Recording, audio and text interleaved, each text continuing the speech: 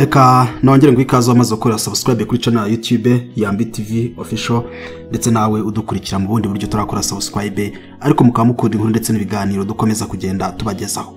Niwe wibuka igice cya 29 cy'inkuru uko nazinutswe urukundo ko cyarangiye ubwo uyu musore Blaise yari amaze kwerura akabwira Deborah yuko noneho rwa rukundo yahoraga musaba arumuzaniye. Deborah nawe akamureba nta soni na nkeya afite. Ese Deborah yabyitwaye mate yabashe gusubiza iki Blaise? Reka dushira amatsiro twumva igice cya 30 cy'inkuru nkubutsa kureba munsi yayo ukareba ahari bwe tukoretse ijambo subscribe gakandaho ugahita ukana akamenyetso k'inzogera gahita kaza ku ruhande kujya gudashiraho igice cya 31 uzahita wakira ubutumwa bugufi ukumenyesha ko kigezeho gahita ucyumva. Mugihe nari mfite ubwoba bw'icyo ndabwira Deborah ubwo yaraje kureba se muri company, duherukana babwira uko nabigenje. Nkimubwira ko mukunda kandi mfite gahunda yo kubana nawe, yaranyitegereje cyane ntiyavuga. Nabona gatangaye nibaza icyo atekereje. Nifuzaga ko ansubiza nibura ngo menye niba nanzwe, ngo nihebe cyangwa niba nkunzwe ngo mbyinire ku rukoma. Nari nkimufasha akaboko numva ashyushye cyane. Mugihe nkitegereje ko ansubiza, isaba arasohotse ndikanga ndamurekura. Kubw'amahirwe ntiyambonye mufasha akaboko kuko yasohotse ikigongogongo agira ngo ahita kinga. Deborah nawe yarikanze ahita ahindukira arareba se, nanjye nsubira inyuma gake yanegama ku muryango w'ibiro byanjye. Nyine nkuri kwiruhukira, ariko ibitekerezo byanjye byose byari kuri Deborah. Nibaza igisubizo yaragiye kumpa. Se yahise amubwira ngo bagende, nanjye yahise ambwira ko hari ibyo agiyemo byihutirwa, ko raporo ndayimusigira ku meza ye. Nagiraga urufunguzo rw'ibiro bye, murabyibuka ko nari umunyamabanga we. Baragiye ariko Deborah arakebuka arandeba, amwenyuramo. Nibaza igisobanuro cy'iyo nseko kiranyihisha. Yaranshikanye ijambo rikomeye nifuzaga kansubiza. Deborah yajyanye na Sansiga mu Cyeragati. Nasigaye manjiriwe nibaza ikiri mu mutima we. Sinaye guhita mpamagara kuko papa we bari bakiri kumwe. Nahise nanjye njya mu karuhuko ka saa sita maze karangiye ngaruka mu kazi. Gusa umutima wanjye ntiwari utuje ntaramenya icyo Deborah ateganya kunsubiza. Nakomeje gukora raporo ya boss. Deborah umukobwa wa boss yarampamagaye.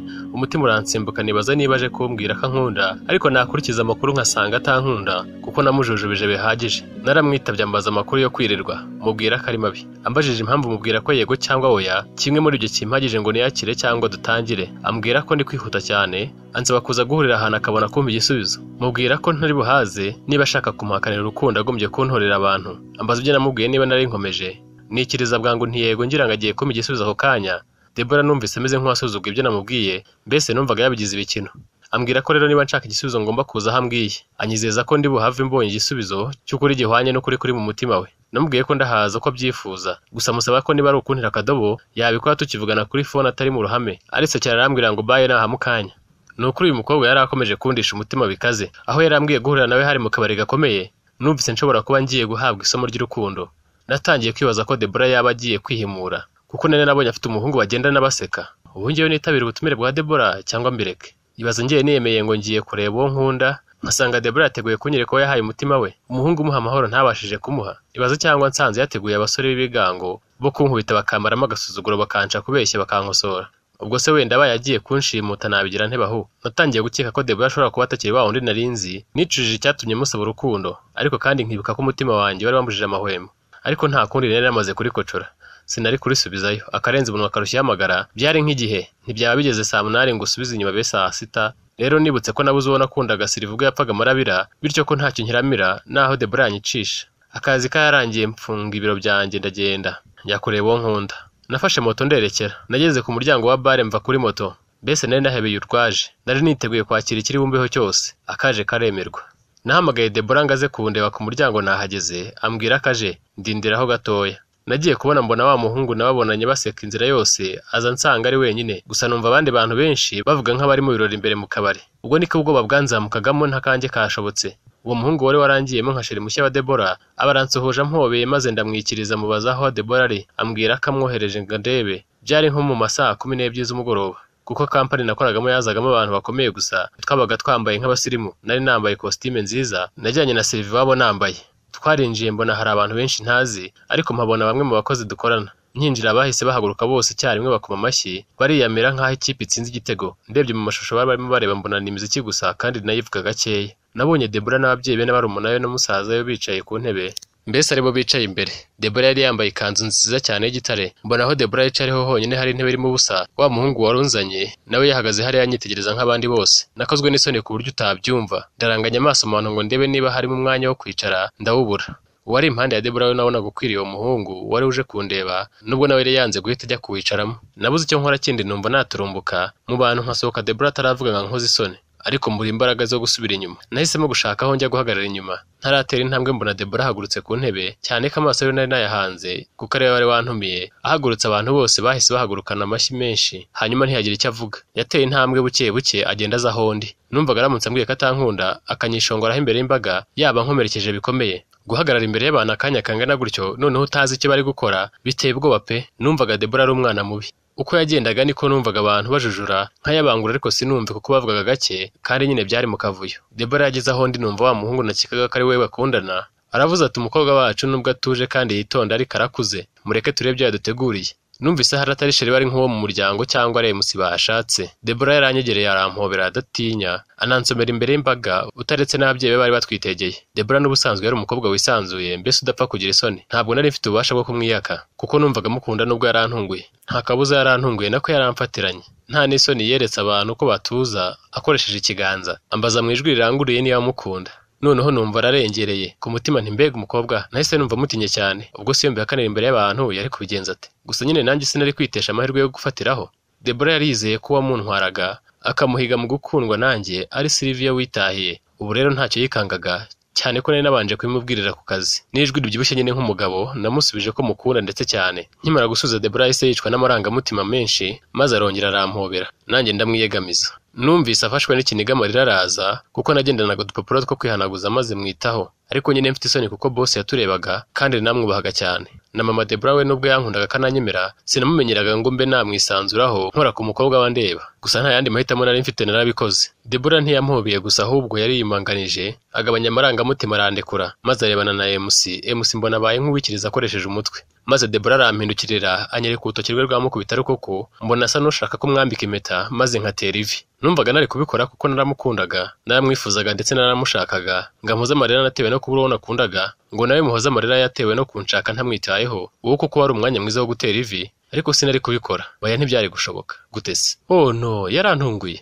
Nta mpeta nari nitwaje, nari niviriye mu kazi gusa. Ariko yari amaze kwerekana igikorwa gikurikiyeho, kandi abari baraho bose babonaga neza umuhango ukurikiyeho. Ikindi kandi ntibari bazi ko aribwo nkimwemerera urukundo, kuko ubusanzwe umuntu utera ivi n'uwo mukundanye igihe mumenyeranye. Gusa nyine nuko Debora yarantunguje ibintu, naho igihe twabaniye twari tuziranye bihagije nubwo tutakundanaga byeruye. Yabaga nkunda nanjye mukunda ariko tutakundana kuko yari umwana wa boss. Rero kumbwirira imbere y'abantu ntunguye ngo nimwambike impeta nayo ntazanye, numvaga hari yasaze. Yaranyongoreye mu ijwi ritari gupfa kumvwa n'abantu ngo ninkore mu ikoti ibumoso mvanemo impeta. Nanze kwirirwa nkoramo kuko ntacyo nari nashyizemo. Arongera arabinsaba ngo nkore mu mufuka y'ubumoso. Abantu bose bari batuje batangiye kwibaza niba nisubiyeho ntari butere ivi. Ndababajwe n'ukuntu tugiye guseba ku munsi wa mbere dukundanye. Nakozemo ariko ntacyo nizeye, ari ukugira ngo mwereke ko ari gusaba ibidashoboka. Numva harimo ikintu, ndebye mbona ni impeta ifunze mu kantu k'iroza. Numvise numiwe, nibaza niba Debora akorana n'abadayimoni. Numva ndamutinya. Numvise ngize ibibazo byinshi. Numva wampa umwanya nkamuhata ibibazo, ukuntu yashyize impeta mu mufuka wanjye, igihe yayishyiriyemo, kuko ansanganira nta kintu yari afite mu ntoki. Kandi n'ikanzu yari yambaye nta mufuka yari ifite. Maze nibuka ko bajya bavuga ngo abakire si abantu. Ntekereza ko iwabo baba bakorana n'imyuka mibi ibaha ubutunzi, ariko nkurikije uko kampani yabo yungukaga n'imitungo bari bafite, numva nta myuka mibi bakoresha. Ibyo nabitekerejeho mu kanya gato cyane, kuko rero nari mbonye icyo nifashisha ngo nikundire umwana wanyihebeye. Ntera ivi nyikuramo nyimushyiramo, maze arayireba arayikunda. Ndavuga impeta y'urudashira. Ubwo niko abantu batanga amashyi y'urufaye. Uwo munsi ni nabwo nahise mbatiza Debora akazina ka sheri. Ibintu yifuzaga cyane nk'uko umwana yifuza ibere rya nyina. Yahise ampagurutsa n'ibinezaneza byinshi, maze mpita mwita sheri Debora. Yumva guwe neza nkore gukora utuzi dushyushye. Yumvaga hari ari mu nzozi. Guharana no kugerageza kwe kose byari birangiye bimugejeje ku ntego ye. Twicaranye muri bya byicaro nihunzaga, turatarama karahava. Nyuma y'iminsi mike dutangiye gukundana, yari yatangiye kuza ku kazi kenshi cyane. Umusaba kugeza kundeba gake, ubundi tukajya duhurira nko muri restaurant tukarya tukaganira, ndetse no muri weekend akaba yansura cyangwa tugatembera. Mbega umukobwa mwiza nari negukanye, mbega urukundo rwinshi yagiraga, mbega ukuntu yari azi gukora udusurprise. Gusa yari isanzuraga cyane ku buryo yansuraga byansabaga kwihangana cyane, kuko twari kujya dukora n'ibitemewe. Ndi kugenda n'amaguru mu mujyi, nahuye na Aimable duhoberana urukumbuzi kuko namuherukaga kera. Hari hashize amezi 5 tudahura kuko yari mu mahugurwa hanze y'igihugu. yambajije iby'inkuru yumvise y'urupfu rwa Sylvie Mutuyimana, namubajije ukuntu yabyumvise, ambwira ko hari abantu baturutse mu gihugu baje nabo mu mahugurwa yari avuyemo. Aimable ambwira ukuntu babimubwiye akanga kubyemera, ko amahirwe yagize ari uko babimubwiye amahugurwa arangiye, naho ubundi ari kubura amahoro bigatuma adakurikira neza amahugurwa. Ambwira ko acyumva inkuru ye yibwiye ko nta wundi wamwemeza iby'urupfu rwa Sylvie keretse aje akivuganira nanjye cyangwa mama wa Sylvie.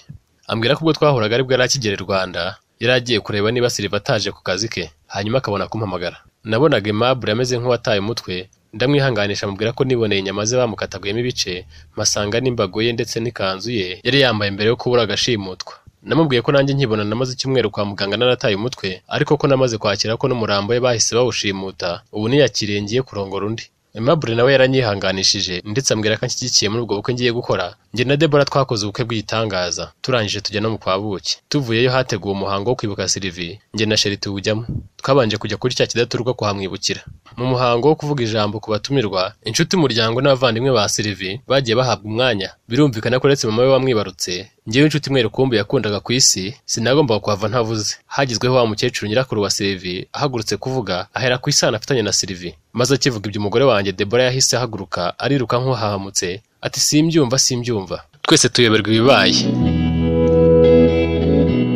Reka ngugurishe 30 cy'inkuru ko nazinutswe urukundo arahakirangiriye.